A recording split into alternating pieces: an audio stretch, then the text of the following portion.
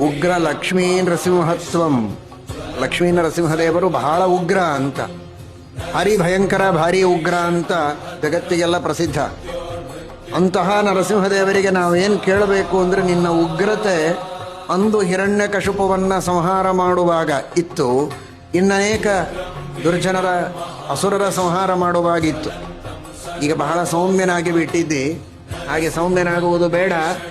ನಮ್ಮಲ್ಲಿ ಅನೇಕ ಶತ್ರುಗಳು ಒಳಗೆ ಇದ್ದಾರೆ. ಕಾಮಕ್ರೋಧಾದಿ ಶತ್ರುಗಳೆಲ್ಲ ನಮ್ಮ ಒಳಗೆ ತುಂಬಿಕೊಂಡಿದ್ದಾರೆ. ಜ್ವಲನ್ ಲಕ್ಷ್ಮೀ ನೃಸಿಂಹತ್ವಂ ಜ್ವಲದರ್ಕಾದಿ ಸಂಸ್ಥಿತ ಜ್ವಾಲಯಾಘಾನಿ ಸರ್ವಾಣಿ ತೇಜೋಯುಕ್ತಂಚ ಮಾಂಕುರು. ಪರಮಾತ್ಮನಿಗೆ ಜ್ವಲಂತಂ ಎಂಬುದಾಗಿ ನಮಸ್ಕಾರ ಮಾಡಿದ್ದುಂಟು. ಜ್ವಲನ್ ಲಕ್ಷ್ಮೀ ನರಸಿಂಹತ್ವಂ, ಯಾವಾಗಲೂ ಪ್ರಜ್ವಲಿಸುವಂತಹ ನರಸಿಂಹ.